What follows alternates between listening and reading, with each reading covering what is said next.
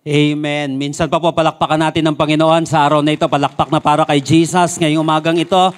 Ngayong araw na ito. Praise the Lord. Good morning, good afternoon, good evening po sa bawat isa.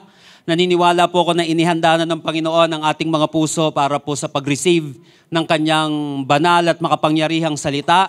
Naniniwala po ako na hindi lamang may logos si Lord, may written word ang ating Panginoon, kundi may rhema din ng Panginoon.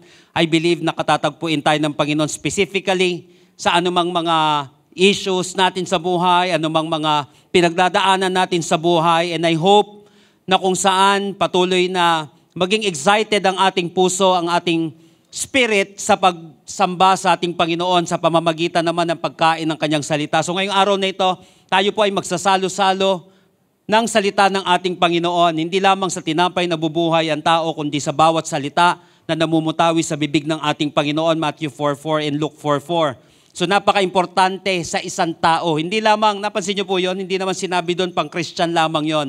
So ibig sabihin, ang isang tao nakadesenyo siya para kumain ng Word of God. So ang isang nilikha ng Panginoon, kapag hindi siya kumain ng Word, hindi talaga siya, patay talaga siya spiritually. Wala talagang mangyayari sa kanya. Kaya nga, napaka-importante, magkaroon tayo ng nourishment physically. Pero ang isang tao nangangailangan ng spiritual nourishment din. Kaya nga po kung binibigyan natin ng pagkakataon, kung binibigyan natin ang ating sarili ng time para kumain ng physical na pagkain, para tayo ay maging healthy, para tayo ay maging malakas, kayanin natin ang trabaho, kayanin natin ang buhay dito sa mundong ito, kailangan din naman ng tao ng salita ng Panginoon para nang sa gayon maging spiritually healthy siya at kayanin niya naman yung mga iba't ibang mga battles na kung saan hindi kayang ipanalo sa physical na laban, kundi sa spiritual. So naniniwala po ko na whether you are a first-timer, ikaw ay first time na dumalo ngayon, bigla ka na lang nakita mo yung advertisement natin, nakita mo yung video natin, o napadaan ka lang dito, hindi nagkataon yan. Ayan ay tinaon ng ating Panginoon. May magandang plano ang Panginoon sa iyong buhay. O whether tayo ay nandirito, linggo-linggo, naniniwala po ako na kung saan patuloy tayong pakakainin ng ating Panginoon, magsasalo-salo tayo na makapangyarihang salita ng ating Panginoon. Tayo po ngayon ay nasa last installment po ng ating series. Yung buwan na ito ng August, napakatagal to ng August. Kaya nga 5 linggo din ito. Itong hot seat na ito po yung mga greatest questions sa buhay natin, and I hope na simula nung first installment natin hanggang 4th installment natin, tayo po ay kinatagpo ng Panginoon. So, let's end this series with a bang. Isa pong malaking tanong ng isang tao na kung saan, whether direkta niyang tinatanong sa kanyang sarili or deep inside, tinatanong niya sa kanyang sarili, paano ba ako makakapamuhay abundantly? Gusto ko naman maging abundant ang buhay ko. Sino ba naman ang may ayaw na maging maayos ang kanyang buhay? Na siya ay, sabihin na natin, magkaroon ng masagana at napaka-maayos na buhay. So kaya nga, whether sa maling kapamaraanan o sa magandang kapamaraanan, pilit na kinakamit ito ng isang tao. Pilit na gusto niyang mangyari ito sa buhay niya. Sino ba naman may ayaw na maging abundant ang kanyang buhay? Kaya lang ang tanong, pwede nga ba talaga na maging abundant ang buhay ko? O para lamang ito sa mga lumaki sa masaganang pamilya? O para lamang ito sa mga magnanakaw? Pwede itong mga bagay na ito. Kasi baka dalawang extreme eh. Magkamali tayo na akala natin ito lang ang definition o ito ang definition ng abundant life, or maybe hindi ako kasali dyan. O buong buhay ko ganito na lamang ako. Kaya nga napaka-importante muna na maging malinaw sa atin bago mo maliitin ang sarili mo o bago tayo magmataas ng todo. Kinakailangan maging malinaw muna sa atin, what does being abundant mean? Ano ba talagang ibig sabihin ng pagkakaroon ng rich and fulfilling life? Rich and satisfying life. Lahat naman po tayo gusto natin na sumagana, magkaroon tayo ng satisfaction, magkaroon ng fulfillment. But the question is, pwede nga ba talaga? Or maybe, tama ba yung perception ko patungkol sa abundant living? O may mali akong perception pagdating sa abundant living. By the way, pag sinabi pong truth, simple definition po ng truth. Pag sinabing truth, hindi lahat may truth. Okay, hindi rin sa'yo nang gagaling ang truth. Pag sinabing truth, simple lang po original. Ito yung original. Ibig sabihin, saan ba nagmula ito? Ibig sabihin kay Lord, kung siya ang original, siya nagmula sa lahat, so sa Kanya natin kukuhain ang katotohanan, kahit ano marinig natin sa social media. Dahil kay Lord, nanggagaling ang truth, and the truth shall set you free. Kaya nga, once ng isang tao kumain ng kasinungalingan, once you believe a lie, something inside of you will die. Nung naniwala sina Adan at Eva sa kasinungalingan ng kaaway, doon nagsimula na nagkaroon ng kamatayan sa kanila. When you believe a lie, something inside of you will die. Kaya nga isang tao kala niya tama, mali pala, kaya nga nagkakagulo-gulo at nakakasira-sira ang kanyang buhay. So napakasimple po ng pag-uusapan natin ngayon, pero napakayaman. Mind-blowing, heart-piercing, and life-changing. And I hope katagpuin tayo lahat ng ating Panginoon. I want you to open your Bible with me in John chapter 10, verse 10. John chapter 10, verse 10. Madalas po nating naririnig ito, matagal nang naituro sa atin ito sa Sunday school, yung mga lumaki dito sa Sunday school, or maybe sa social media nakikita natin ito. Dahil napakasimple pero madalas, isa po ito sa madalas na nababanggit. Pero this is one of the most misquoted and misunderstood verses in the Bible. Kaya nga napaka-importante na kapag nalinaw natin ito, maraming lilinaw sa buhay natin. Maiiwasan natin magkaroon ng superiority complex and inferiority complex. Kasi magiging tama yung pananaw natin dito at pwede palang mangyari sa atin ito. Itong bagay na ito. John chapter 10, verse 10. The thief comes only to steal and kill and destroy. I came that they may have life and have it more abundantly. Sabi nga po natin, abundantly. Si Jesus po nagsasalita, the thief comes only to steal and kill and destroy. I came that they may have life and have it more abundantly. Like what I've said a while ago, that this is one of the most misquoted and misunderstood verses in the Bible. At dito rin naman natin makikita ano ba talaga ang tunay na ibig sabihin ng abundant life and how to live abundantly. Panahon na para mamuhay tayo abundantly sa tamang kapamaraanan, sa totoo at hindi kasinungalingan. Dahil ang Panginoon, again, the truth will set us free. Dalangin ko ngayong araw na ito, palayain tayo ng Panginoon, pagpalain tayo ng Panginoon, katagpuin tayo ng Panginoon, dahil naniniwala ko may inihanda sa atin ng Panginoon ngayong araw na ito. Sino na po sa inyo ang ready at excited na matuto at mabago ngayong araw na ito? Magsabi po ng malakas na amen. Number 1, how to live abundantly. Verse 10a. Tignan niyo po. Verse 10a. The thief comes only to steal and kill and destroy. How to live abundantly. How to live a rich and satisfying life. Paano nga ba? Kinakailangan ba dapat para meaningful ang buhay ko? Dapat naghihikos ako sa kahirapan? O dapat ba naliligo ba ako sa nabakmak na pera? Yun ba ang ibig sabihin ng abundant life? Or maybe nagkakamali ako na ang tingin ko sa pagkakaroon ng abundant life, dapat lubog ako sa kahirapan. O dapat naman umaapaw ako sa pera. Ano ba talaga ang ibig sabihin ng abundant life? Una, napaka-importante na maunawaan muna natin para magkaroon tayo ng tunay na abundant life. Number 1, avoid the stealers of life. Avoid the stealers of life. Sabi dito, the thief comes only to steal and kill and destroy. Now, yung Greek word po na ginamit dito sa passage na ito na thief in John 10:10, ang ibig sabihin lang nito, simple natin, the one who steals. Pero may mas malalim na ibig sabihin nito dito sa text natin ito. A quick quiz. Who is the thief in this passage? Who is the thief in this passage? Buong buhay ko po, nung ako po ay naririnig ko na tong passage na ito, hanggang sa ako po ay nagtuturo na, I've been teaching sa seminary at sa Bible school for more than 15 years. At madalas, kapag tinatanong ko po ito sa mga estudyante ko, ang madalas na tinasabi sa akin, ang madalas na sagot, hindi lamang ng mga Christians, pati mga students of the Bible, ay walang iba kundi si Satan, si Satanas.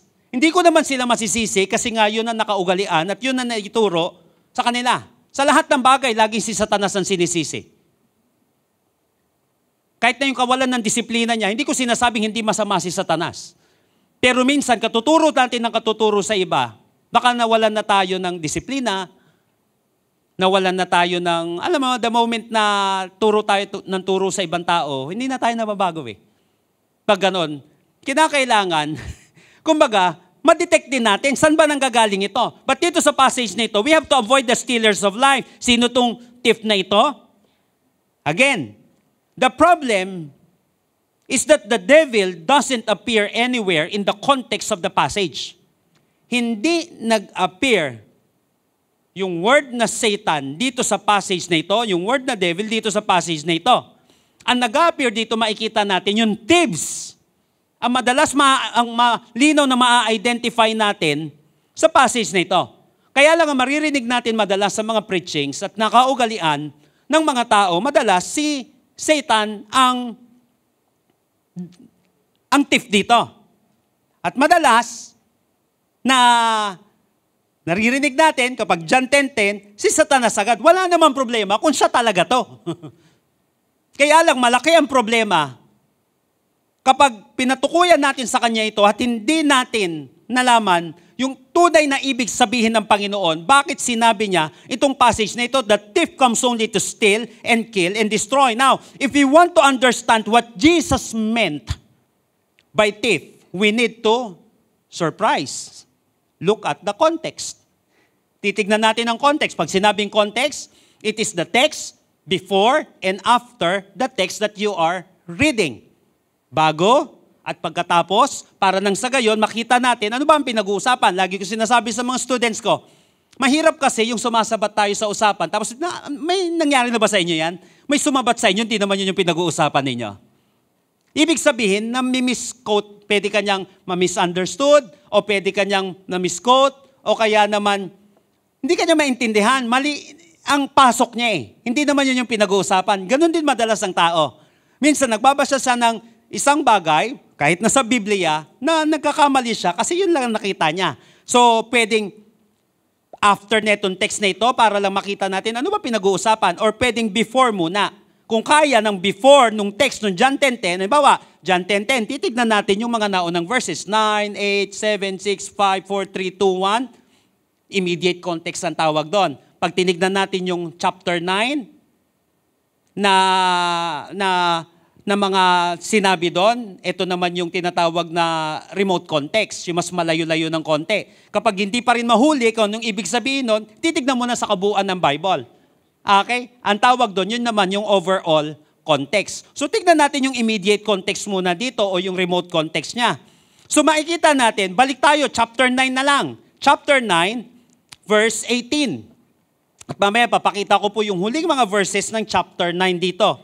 Tignan nyo po, verse 18, the Jewish leaders still refused to believe the man had been blind and could now see. So they called in his parents. Napansin niyo po, ito yung pinagaling ng Panginoong Jesucristo na kung saan bulag. Hindi pa rin sila makapaniwala kasi minsan ang tao no, kahit na anong sabihin mo kung ayaw niya talagang maniwala, wala kang magagawa doon. Kahit mag-away kayo, kung ayaw maniwala, wala kang magagawa. Hindi ko sinabi na huwag tayo magtuturo. Ituro mo, pero kapag mapilit, siya na mag-decide. Sa dulong-dulo ng argument, ang tawag dyan, agree to disagree. Hindi pwedeng mag-away kasi sinabi mo na eh. Nakawa po natin yon. Ngayon, ito yung mga Jewish leaders. Ayaw talagang maniwala kay Jesus Christ na siya yung nagpapagaling. Minsan pa nga sinasabi sa kanya, sinasabihan niya ng demonyo kaya nagpapagaling yan. Totoo ba yan? Di naman totoo yan. Tapos ang gagawin nila, i-impluwensyahan niya yung mga tao para malayo sa ating Panginoong Jesucristo. So once we look at the whole discourse, it becomes clear that the thief does not refer to Satan. But yung thief dito, ito yung mga bashers ng Panginoong Jesucristo, specifically the Pharisees, the Jewish leaders, and the religious people. So the entire shepherd discourse is a direct response to the Pharisees. Yung sinasabi dito ng Panginoong Kristo, direktang response sa kanila. So, alam niyo po ba, na there is no natural break. Ito, napaka-importante po nito. There is no natural break in John chapter 9 and John chapter 10. In fact, that particular chapter break was probably improperly placed. Hindi ko po sinabi na mali yung nakasulat sa Bible. Ang sinabi ko lang, improper yung pagkagawa dito, yung pagkalagay dito ng chapter sa verses. Ang inspired po dito yung nakasulat, hindi inspired dito yung mga verses. Verses yung number, ginawa lang yan ng tao. Wala po talaga yan. Ginilagay lang yan para madali natin mabasa. Nakakatulong naman siya. Pero minsan, kapag nagkamali, yung naglagay dito ng mga verses ng chapter, baka mamislead yung nagbabasa. Bakit po? Madalas naman tama, nakatulong naman talaga. Pero sa certain passage na ito, mukha yatang may problema. Alam niyo po ba mga kapatid, 1500s pa lang, may nag-correct na dito. Doon sa, hindi, sabihin na natin hindi proper na pagkakalagay ng chapter. Kasi dapat tuloy-tuloy siya. Hindi dapat lagyan ng chapter 9 saka chapter 10 kasi tuloy-tuloy yung kwento. Baka maputol yung momentum. Okay, kapag nagbabasa, para mas maintindihan natin, yung context nito, titignan mo yung thread na tinatawag, yung pinag-uusapan. So dapat, wag siyang puputulin para maintindihan nung bumabasa. Pag pinutol natin, akala natin, ibang pinag-uusapan na yon. Iba na yung kwento niya. 1500s pa lang po, may nag-correct na sa passage nito. Ito si Cardinal Thomas Cajetan. Isa pong Doctor of Theology, Cardinal, and leading theologian nung panahon na yon. In fact, nung 1500s, ito yung unang-una na lumitis kay Martin Luther. Siya yung una, puro sigawan nga yata nangyari sa kanya doon kasi ito yung pambato nila dati ni Pope Leo X. Siya po yung isa sa pinaka-mahusay, sabihin na natin, pinaka-faithful dati sa kanila. Thomas Cajetan. At agree naman po ako dun sinabi niya, 1500s pa, kinukorek niya na to. Sinabi niya, and I quote, "The person who divided the text of the gospel into chapters was not very judicious in beginning chapter 10 here." Mukhang hindi daw naging judicious yung paglalagay niya ng chapter 10. Why? Kasi po, Jesus goes directly from condemning the Pharisees in chapter 9, verses 40 hanggang 41. Tingnan niyo po, atras lang kayo. Kapag atras niyo po, kinokondemn ni Jesus Christ dito yung mga Pharisees na kung saan pinipersecute yung mga nakakakilala sa Panginoong Kristo, inilalayo sila kay Jesus Christ. So dapat ituloy-tuloy lang yung chapter 10 kasi pagdating ng chapter 10 verses 1 and following, same yung usapan nila. So baka hindi makatulong, akala ng tao ngayon, magkaiba yung pinag-uusapan sa chapter 9 saka chapter 10. So there is no hint that Jesus switched topics. There is no reason to think that Jesus has started to talk about Satan.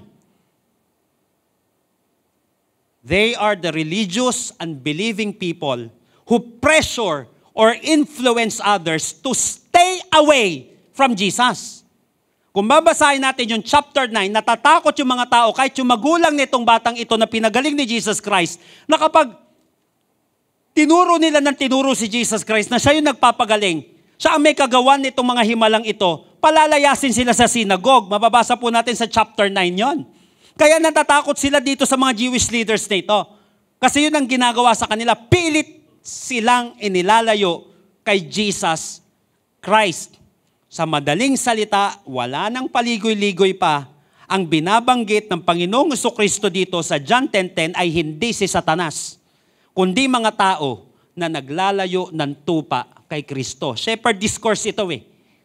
Ito yung mga tao na inilalayo yung mga tao kay Kristo. Ulitin ko, walang problema kung si Satan talaga ito.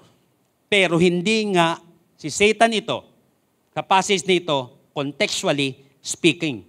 So in Jesus' shepherd discourse in John 10, Jesus contrasts himself with the thief. Kaya nga the thief comes only to steal, kill, and destroy. I came that they may have life and have it more abundantly. So itong mga taong ito, yung mga taong naglalayo sa mga tao kay Jesus, ito yung mga stealers of life. Kaya nga para magkaroon ka ng abundant life, mag-ingat ka sa mga stealers of life. Why? Nanakawan ka ng buhay kahit buhay ka pa. Ito maganda to.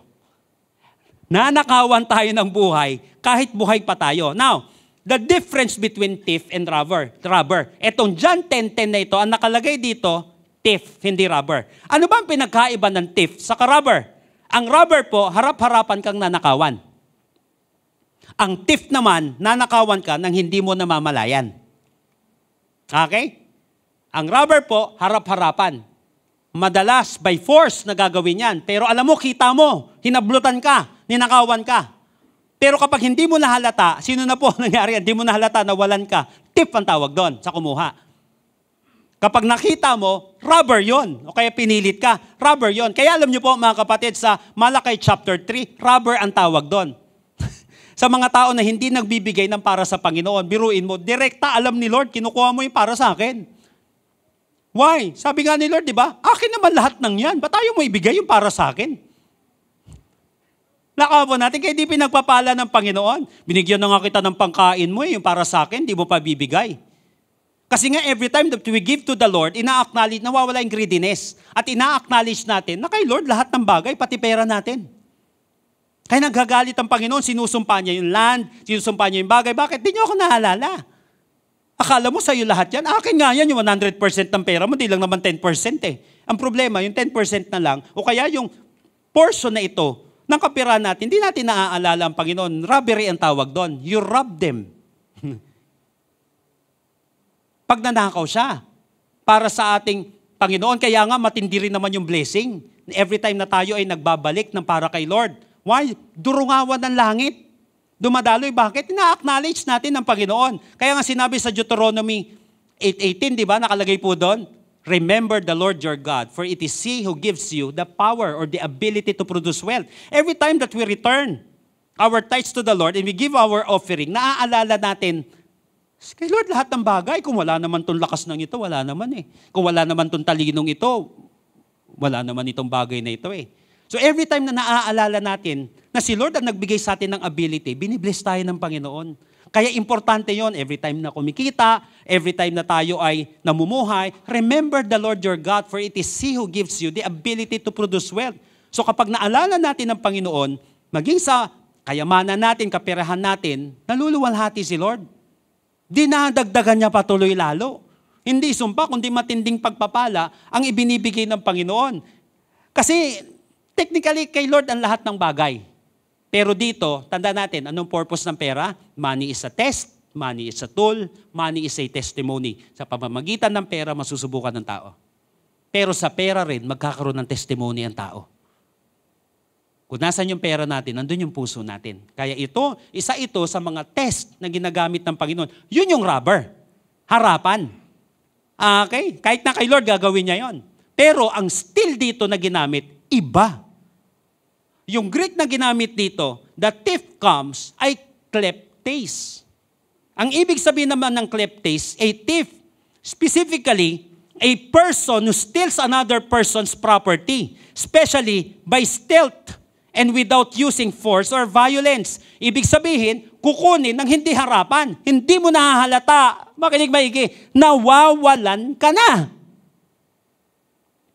Nauubusan ka na. Now, why avoid the stealers of life? If you want to have a rich and satisfying life, if you want to have a truly abundant life, ingat tayo sa mga stealers of life. Mga tao na inilalayo tayo sa ating Panginoon. Bakit? Threefold purpose ng thief dito sa passage na ito. Ano po ba ang purpose niyan? Number 1, to steal. Yung ginamit naman dito, di ba yung thief kanina? Kleptes. Itong steal na ginamit dito, ito yung Greek word na klepto. Dito nanggaling yung kleptomaniac. Ibig sabihin, to steal, take away by stealth. Ang ibig sabihin nitong klepto na ito, na binanggit dito, na purpose ng thief, o yung mga tao na naglalayo kay Kristo, kay Lord, naglalayo kay Jesus. Ito yung mga tao na inilalayo tayo kay Jesus to steal. It means to steal stealthily. Ito, in small amounts. And often, again and again. Pakunti-kunti. Pero, paulit-ulit na ginagawa. Slowly, deliberately, and secretly. Hindi mo nahahalata na nananakawan ka na. Paano mo malalaman na nananakawan ka na nito? Nawawalan ka na. Ano ibig sabihin nun? Unti-unti ka nang nawawalan ng gana kay Lord.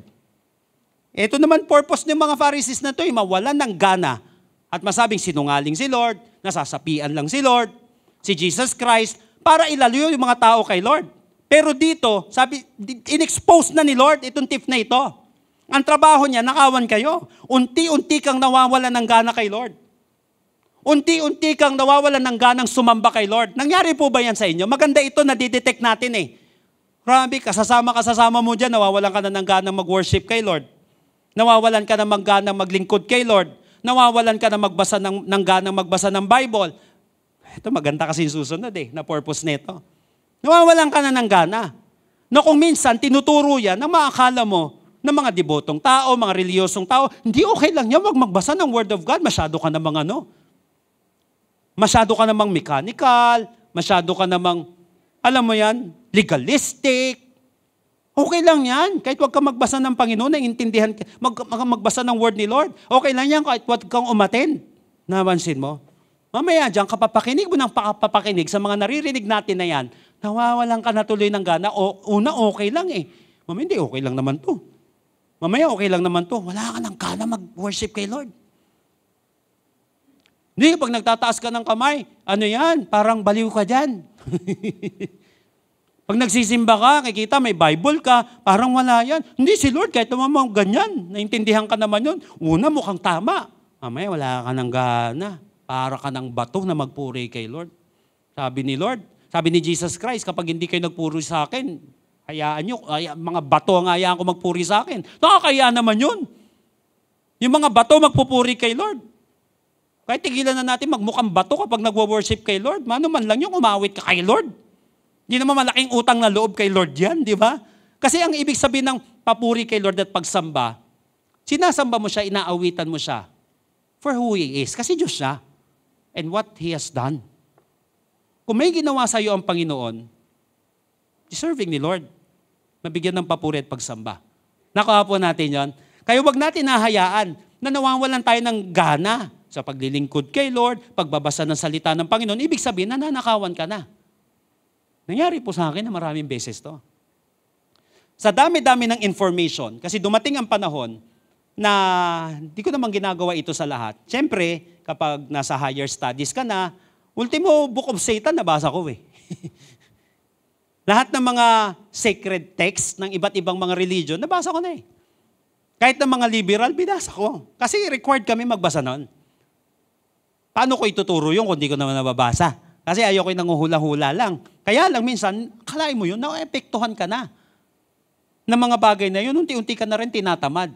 Kasi masyado na nagiging liberal ang dating, parang kapanipaniwala, mukhang okay sa una, pero nananakawan na pala ako ng mga naririnig ko, ng mga nababasa ko. Kasi, ang technique pala, pag nagbabasa ka, lalo hindi mo sigurado, nagpapaguard ka pa rin sa Holy Spirit. Para nang sa gayon, hindi ka na i-impartan ng isang bagay. Unti-unti kang nawawala ng gana kay Lord to steal. Di ba?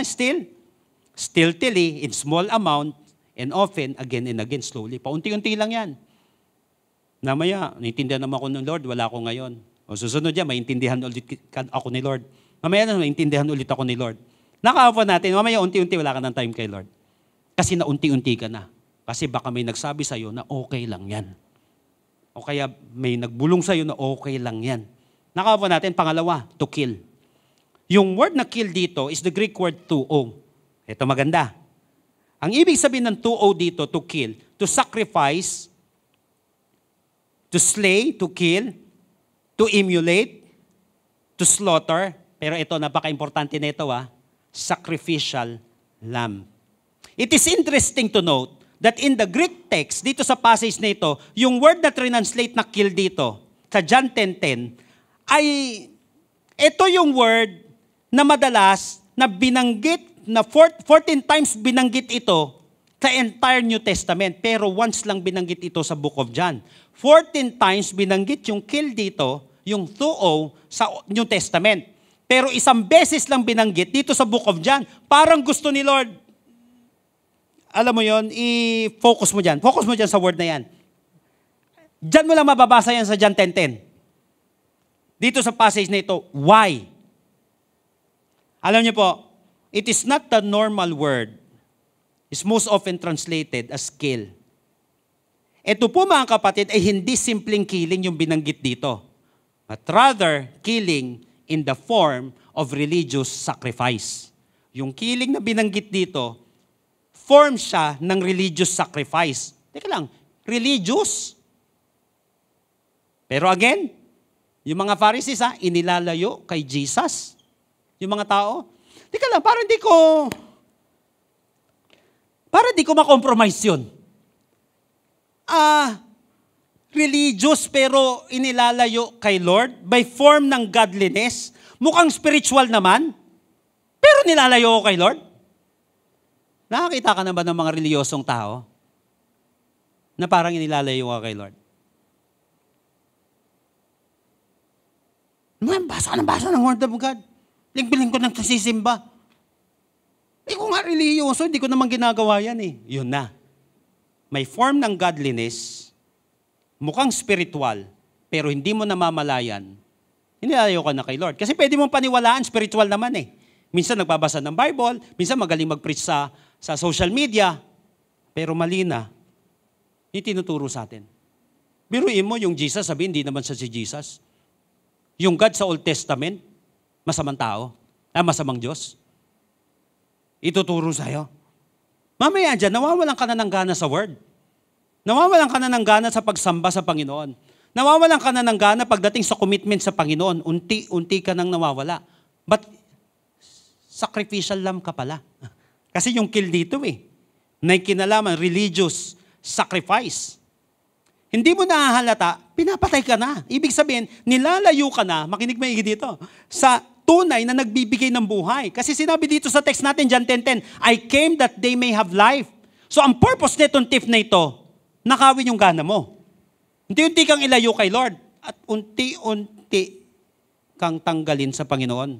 Hindi mo nahahalata, pinapatay na. Nawawala na yung buhay. Unti-unti ka ng religious sacrifice Unti-unti ka ng kinakatay. What does it mean? Unti-unti nang nawawala yung spiritual life natin. Listen to this, please. Unti-unti nang nawawala yung spiritual life natin. Ano na lang meron? May night life, pero walang spiritual life. May love life, pero walang spiritual life. Di wow. Grabe. May time ka dito, tapos walang spiritual life. Patay na patay, kilig na kilig, pero walang spiritual life. Nakuha po natin yon. Trabaho kasi. Ito ng mga tao, ng mga kalaban ng ating Panginoon Kristo. Whether alam nila o hindi nila alam, pinag-iingat ka tayo. Kasi ang trabaho nito, to steal and kill and destroy. Kinikilig ka nga, malayo ka naman kay Lord, nilalayo ka niya kay Lord. Di ba yan? Masyado ka naman, mahal mo ba ako? Mahal mo pala ako Wala ba masimba? Mahal mo pala ako ano muna tayo? Gimik-gimik muna tayo. Masyado ka namang OA OA? Pag kay Lord OA, pag sa droga, hindi. Pag sa bisyo, hindi. Nakuha po natin. May ibang buhay, pero walang spiritual life. Ito yung sinasabi natin dito.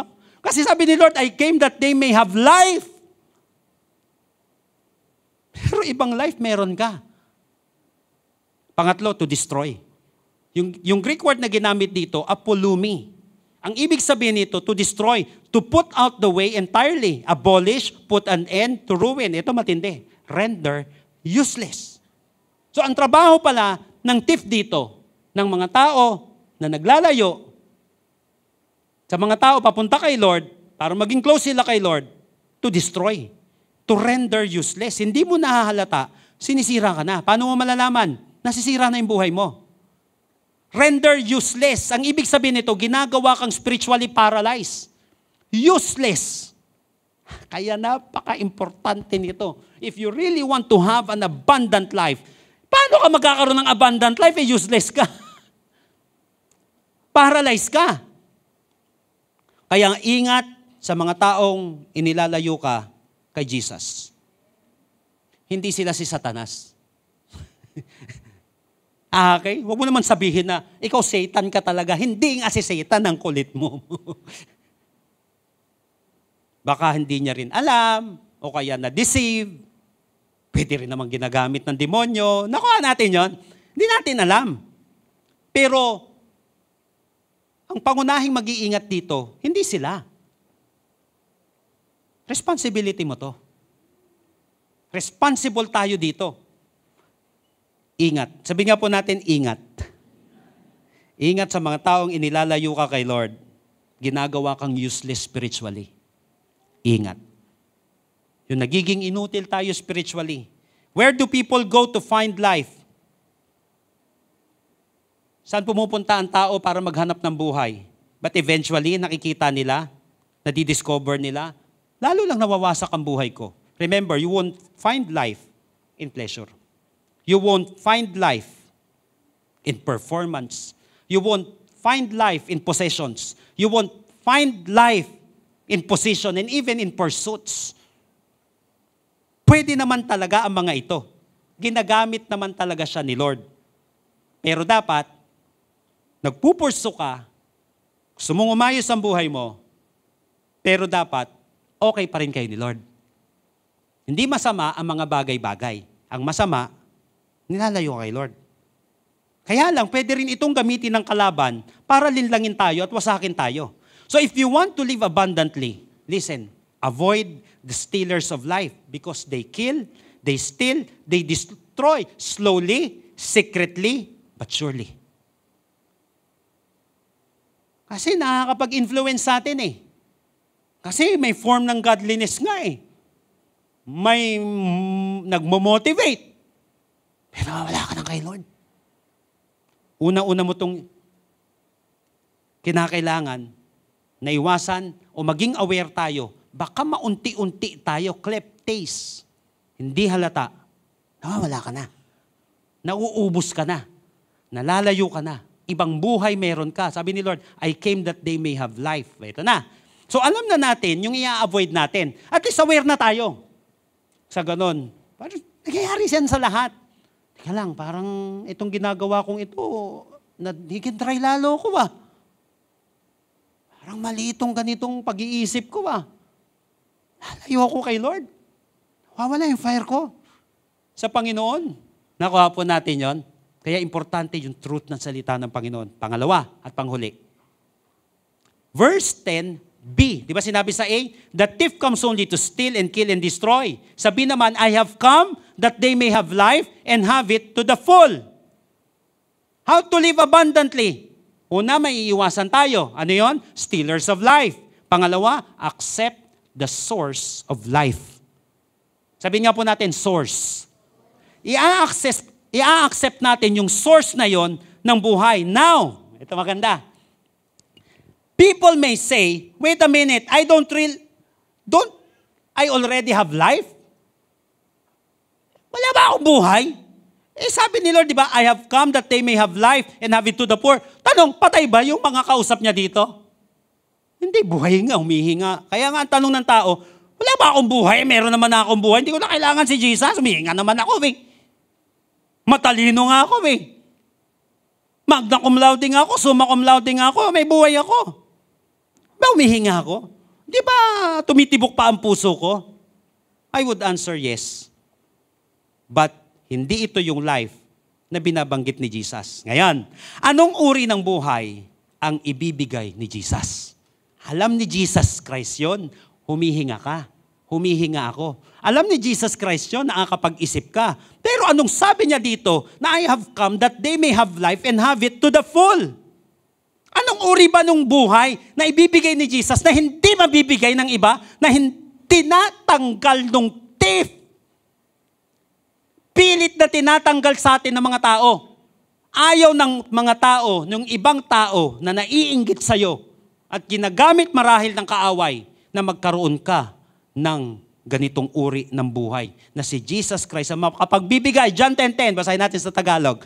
Pumarito ang magnanakaw upang magnakaw, pumatay at sumira. Ako'y naparito. Ito naman, kinokontrast niya, di ba? Ako'y naparito upang sila'y magkaroon ng buhay na ganap at kasiya-siya. Anong uri ng buhay ang ibibigay ni Jesus? Ba't kinakailangan natin i-accept yung source of life na yon? Tandaan natin na thief comes, I have come. May pupunta na dapat mong i-avoid. Listen to this. May darating sa buhay mo na dapat, pero may darating na dapat, welcome. I have come that they may have life and have it to the full. Anong uri ng buhay ang bibigay ni Jesus? Number 1, spiritual life. Yung, ako'y naparito upang magkaroon sila ng buhay. Sabi nga po natin, buhay. Di ba humihinga naman yon? Kaya nga, hindi yung hiningang buhay ang binabanggit dito ni Lord. Ang binabanggit dito ni Lord na buhay ay yung Zoe. Ibig sabihin nito, divine, spiritual, and eternal life.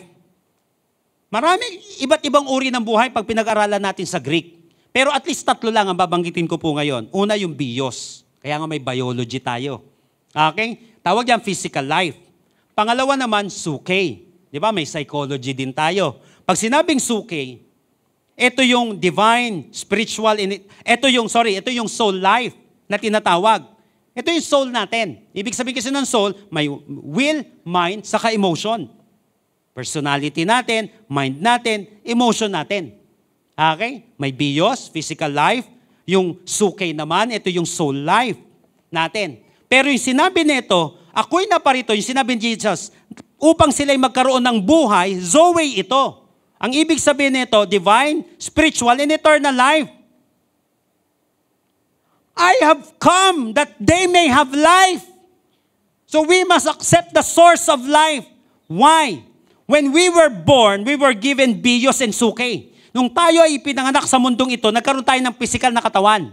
At nagkaroon tayo ng suke. May will, may mind, may emotion. Ang tawag dyan, sa theology ay immaterial component ng buhay natin. Kasi may material at may immaterial.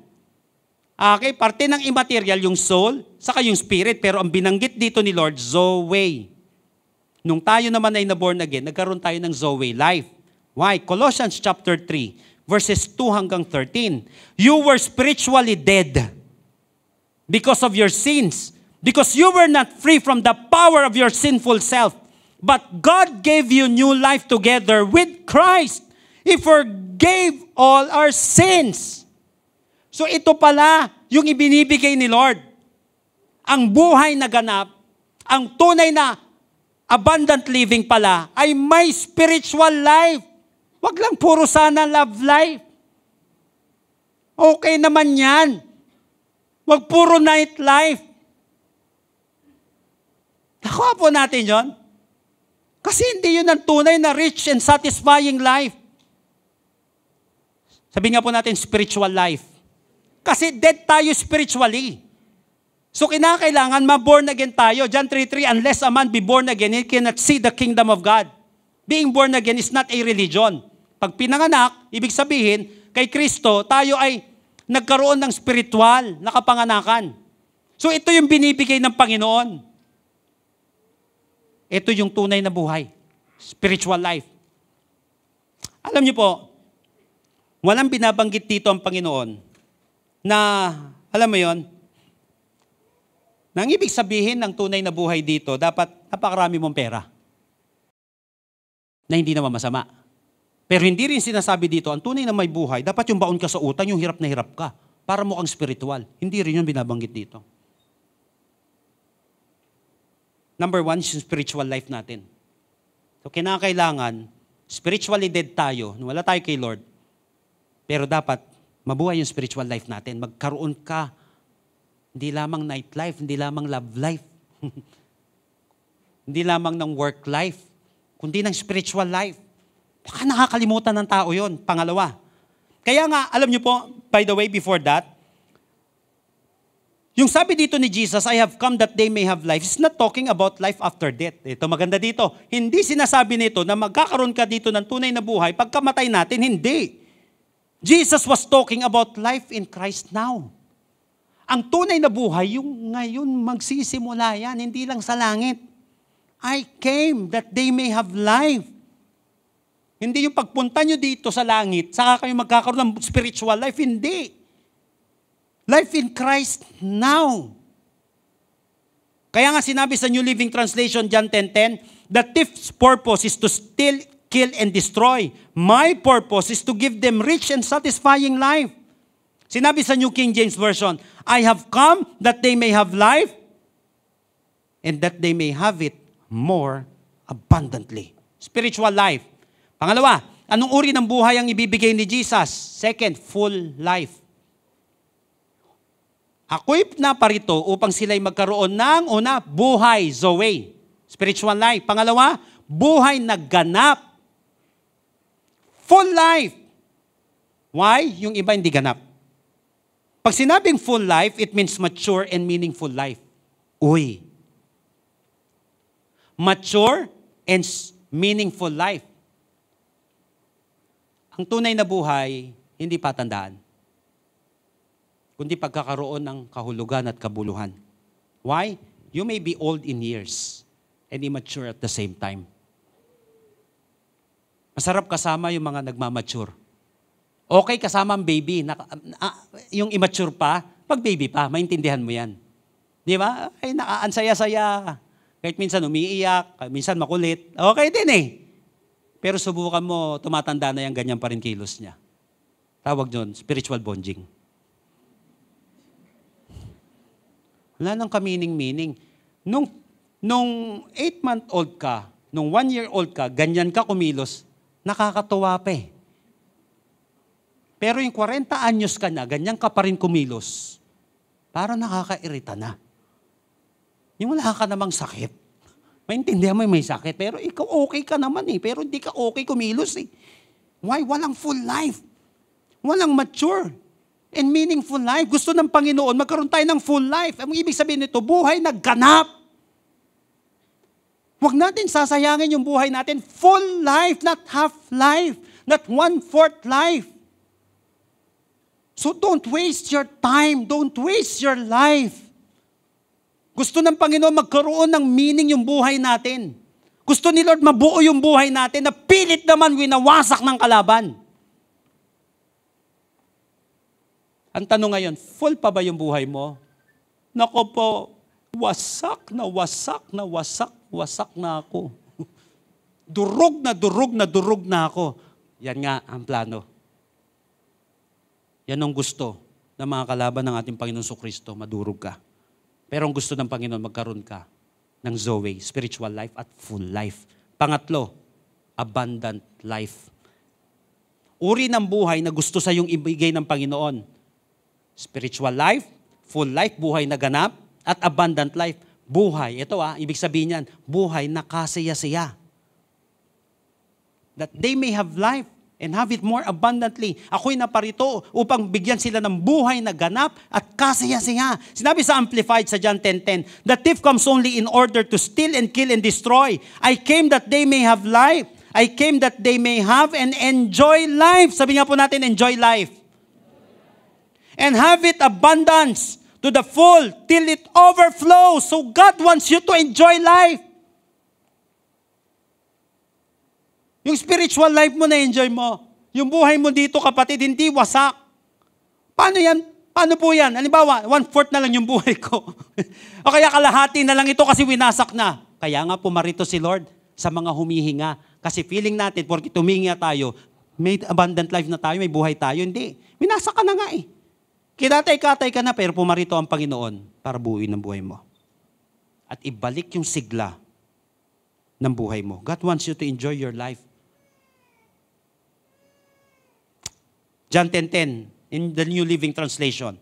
The thief's purpose is to steal, kill, and destroy. My purpose is to give them rich and satisfying life. So God wants you to have rich and satisfying life. Kaya ang tunay, makinig maigi dito ang tunay na kayamanan ay kay Jesus mo lang matatagpuan. Don't ever tell me, hindi ako maiinggit kahit kanino. Kahit na anong i-flex nila sa akin, wala naman silang Jesus sa buhay kasi naintindihan natin na ang tunay na buhay, ang tunay na kayamanan, kay Jesus mo lang matatagpuan. Kahit wala, kapatid, kahit wala kang katulad ng iba, kahit wala yung mga bagay na i-flex nila, by the way, ulitin ko, hindi rin naman masama yun. Huwag ka naman bitter. Nagsusumikap yung tao eh. Tapos sasabihin mo, hindi, sa demonyo yan. Kasi may pera siya. May Lord naman siya eh. Huwag ka nang bitter, magsumikap ka na rin lang. Nakuha po natin. So whether may trillion ka, may billion ka, o may sakto-sakto lang na pangangailangan natin, ang rich and satisfying life, ang tunay na yaman, kay Kristo mo lang matatagpuan. Kaya nga, maiiwasan nga ito, yung superiority, complex natin at inferiority. Starting today, huwag mo maliitin ang sarili mo. Sabi ni Jesus, I am the resurrection and the life. I am the way, the truth, and the life. This is the most powerful statement He made regarding life. Ito yung most powerful na statement na binanggit dito ni Lord. Ito, sinabi niya dito I came that they may have life and have it more abundantly. Importante po yun kasi hindi nila matranslate ng maayos lang pag-abundantly. Kaya yung ibang translation, rich and satisfying life, more abundantly. Pero isang word lang naman yan. Ang word na yan, perisos. Okay, hindi ma-translate ng isang word yung perisos na yan. Kasi ibig sabihin ng perisos, over, above, superfluous. Ibig sabihin, redundant. Kaya yung I dito, I came, in this verse is emphatic, meaning the highest form of life is found in no other than Jesus. Ulitin ko, the highest form of life is found in no other than Jesus. Kung gusto mong makamit, redundant eh. Bakit? May buhay naman eh. Ang ibig sabihin, suki eh. May biyos din. Ano ba tong buhay na naman na to? Zoe. Ito yung highest form of life na hindi mo matatagpuan kahit kanino. Exclusive lang ito sa ating Panginoong Sokristo. Kaya kapag may Jesus ka, makinig ka maigi, kapatid. Ulitin ko the highest form of life is found is no other than Jesus Christ alone. Ito yung tunay na rich and satisfying life. Listen to this, people of God. Kaya kapag may Jesus ka, hindi ka kawawa. Ikaw ay kahanga-hanga. Kapag may Jesus ka, ikaw yung may tunay na buhay na ganap at kasaya-saya. Uulitin ko, kapag may Jesus ka, hindi ka kawawa. Sana kapatid, wag maging mababa ang tingin mo sa sarili mo. Once na may Jesus ka, ikaw yung tunay na may buhay na ganap at kasaya-saya kasi nasa iyo ang ating Panginoong Jesucristo. So if you want to live abundantly, accept the source of life. This is the highest form of life that only Jesus can give. Spiritual life, full life, and abundant life. I hope today naging malinaw po sa atin. Huwag maging napakababa ang tingin mo kay Lord o sa sarili mo. Why? Ikaw yung tunay na may buhay na ganap at kasaya-saya. At dalangin ko, maranasan natin ito. Spiritual life, full life, and abundant life. I hope that today, you will find life in no other than Jesus Christ alone. Kapatid, ulitin ko, hindi ka kawawa. Ikaw ay pinagpala at ikaw ay kahanga-hanga. Dahil si Jesus ay nasa iyo. Come on, malakas na papuri sa ating Panginoon ngayong araw na ito. Tayo pong lahat ay tumayo sa presensya ng ating Panginoon if you can stand in the presence of God today. But before po tayo manalangin dito mga kapatid, gusto ko lang po mga kapatid makita natin ito. Tingnan niyo pong maigi. The thief comes only to steal and kill and destroy. Una. Di ba sinabi ko po kanina? May dalawang personalidad na darating sa buhay natin. The thief comes only to steal and kill and destroy. Tinapatan ni Jesus Christ yun. Ano sabi niya dito? Tingnan niyo po maigi. I have come that they may have life and have it more abundantly. Labanan, nag-uunahan, dalawang pupunta. I have come, the thief comes dito. Dalawang personalidad na darating sa buhay mo. Una, mga magnanakaw na hindi mo nahahalata, inilalayo ka na sa tunay na nagbibigay ng buhay. Eventually, sisirain yung buhay mo. Pangalawa, isa naman, nabibigyan ka ng tunay at pinakamataas na uri ng buhay. Walang iba kundi ang Panginoong Kristo. Now the question is there part in your life that is broken or missing? Meron bang parte ng buhay natin that you feel empty, broken, or missing?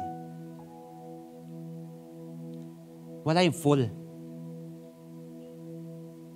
Tingin mo kulang-kulang ka, wasak-wasak yung buhay mo. Broken. Are you experiencing brokenness today? In a wrong way. Ano yung broken sa'yo? Maybe spiritual, physical, emotional, relational, financial. How can you know if it's broken or missing? Paano mo malalaman pag may parte ng buhay mo broken or missing? Simple lang po, it's not properly working.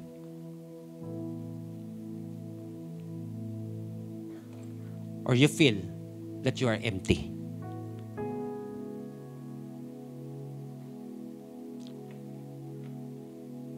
Marami na po nakakilala ng mga sikat na tao,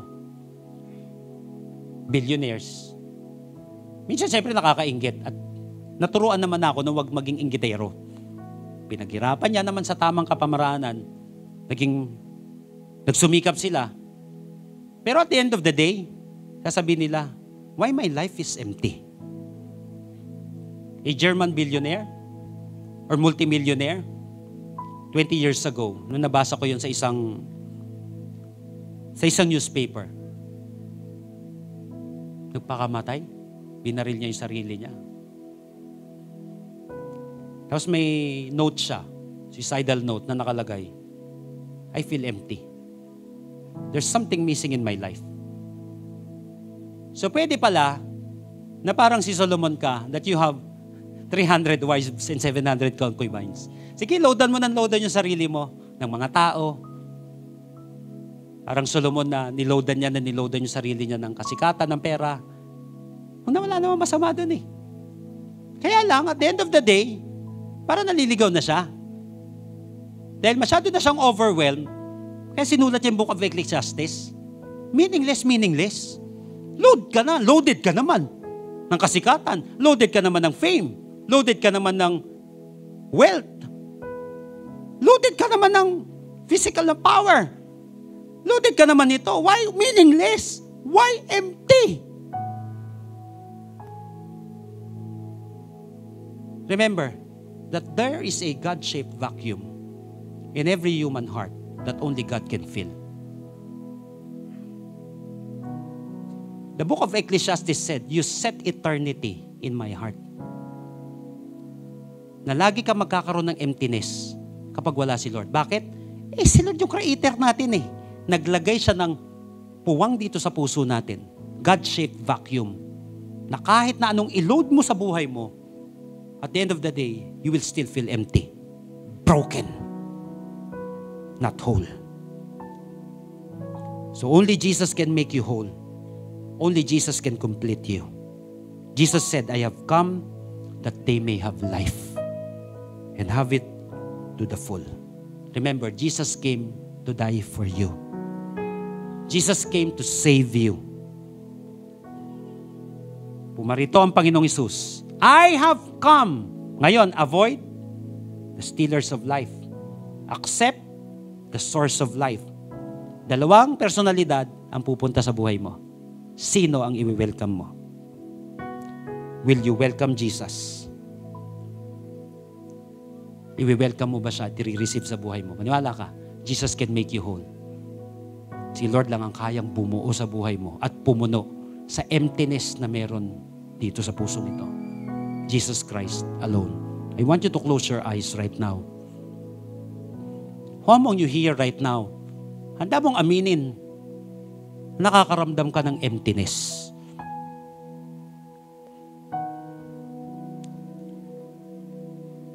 Bata ka pa, winasak na yung buhay mo eh. Winasak na ng iba o winasak mo mismo yung buhay mo.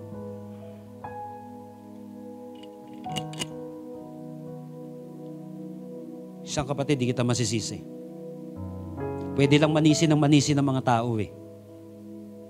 Or minsan naman, di natin kailangan magturo. Baka hindi tayo gumaling kasi hindi tayo umaamin. Ang importante ngayon, hindi sila.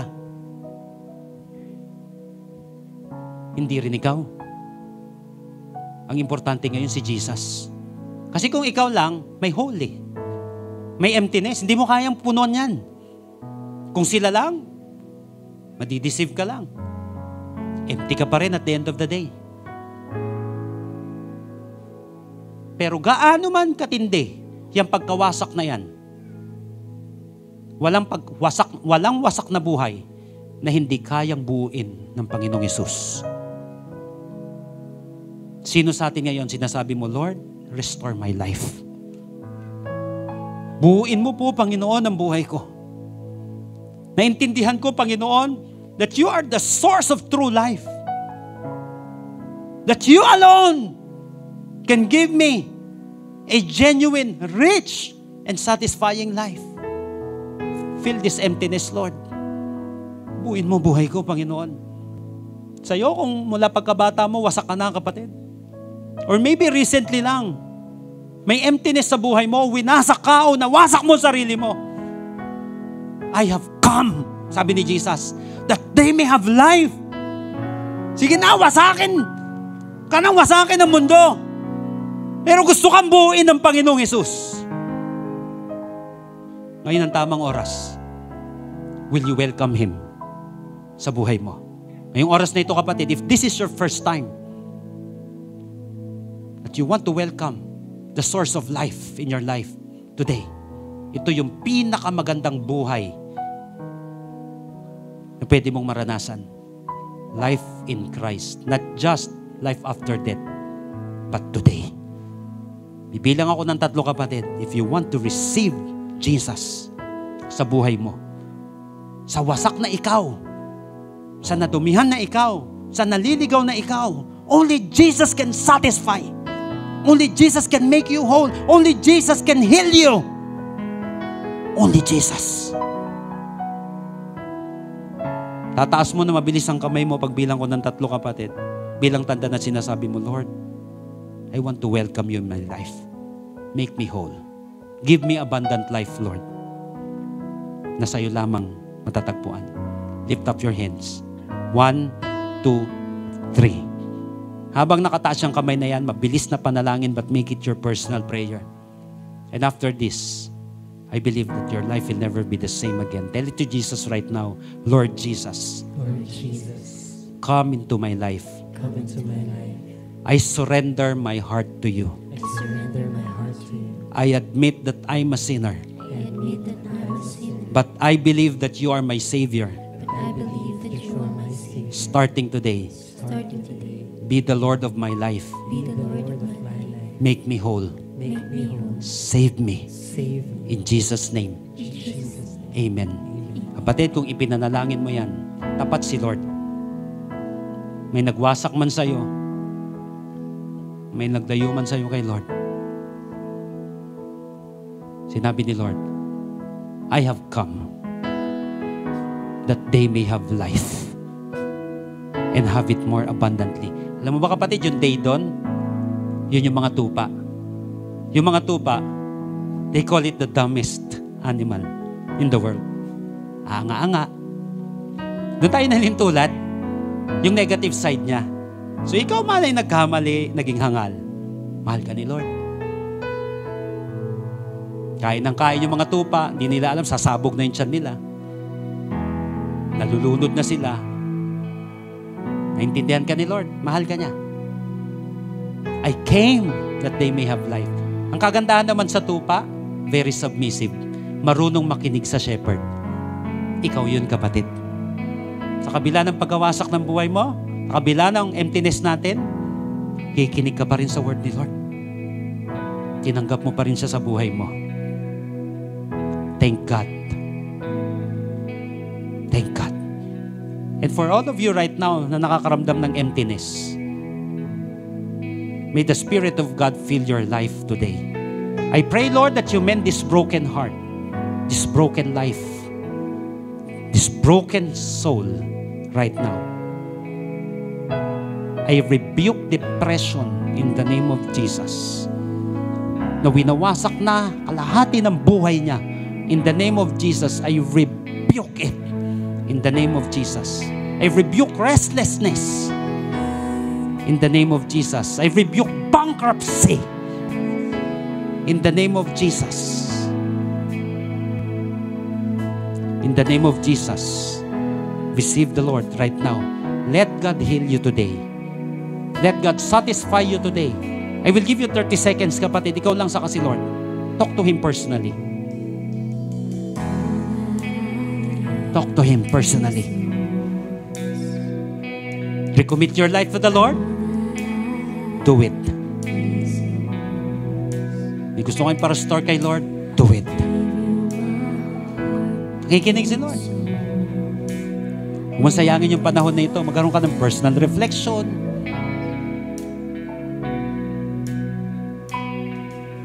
Because an unexamined life is not worth living.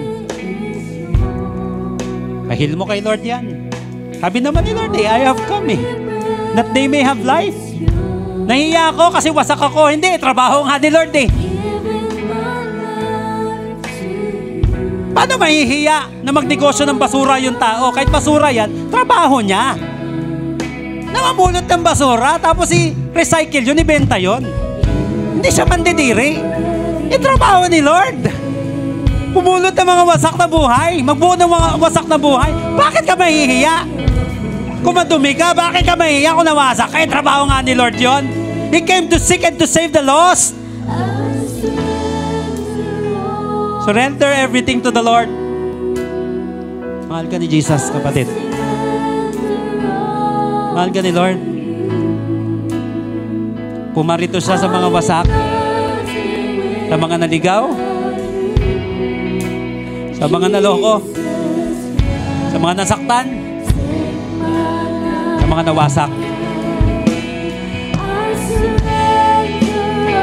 Surrender everything to the Lord today. Cast your burdens unto Jesus, for He cares for you. Surrender everything to the Lord today. Lord, I pray for your peace, which transcends all understanding. Let it flow. Envelop this place, God, with your peace, prosperity, healing, wholeness. I surrender, Lord.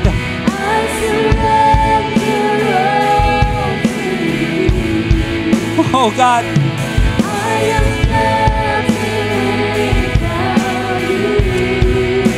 Come on, everyone in this place right now. I want you to declare, I surrender. The Lord is here. The Lord is mending broken hearts. He's healing broken life right now. The blessing of the Lord is here. For the last time, with all of your heart and soul, tell it to Jesus. I surrender. I surrender.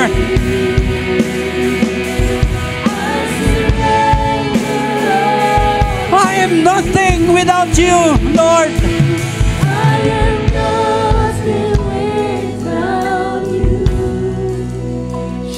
Jesus Christ.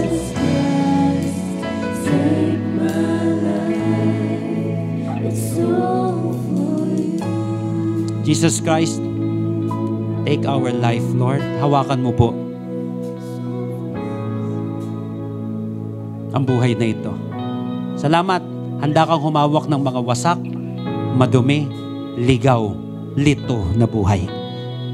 Expertise mo na yan, Lord, matagal na. Nagtitiwala po kami, Panginoon, sa kapangyarihan mo at sa grasya mo. Salamat dahil ngayong araw na ito, Panginoon, may binuo ka. Mga nawasak na buhay mula nung pagkabata. Mga nawasak na buhay kahapon lamang. Salamat, Panginoon, dahil yung kapangyarihan mo noon ay same pa rin hanggang ngayon at magpakailanman. Jesus is the same yesterday, today, and forever. God made you whole today. Indeed, ikaw yung buhay ikaw yung tao na may buhay na ganap at kasaya-saya. Uulitin ko, kapag may Jesus ka, hindi ka kawawa.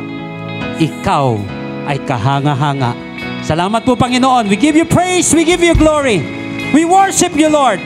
This is our prayer in Jesus' name. Lahat po yung magsabi ng malakas na Amen and Amen. Come on, palakpak para sa ating Panginoong Yesus. Praise the Lord. Praise God. Hallelujah. You gave